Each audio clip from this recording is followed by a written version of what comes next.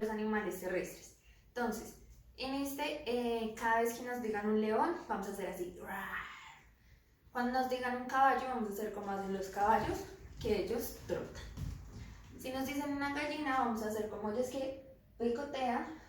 Y si es un perro, vamos a ladrar. Si es un gato, nos vamos a lamer. Y si nos dicen que es una vaca, vamos a hacer como las vacas. Mu.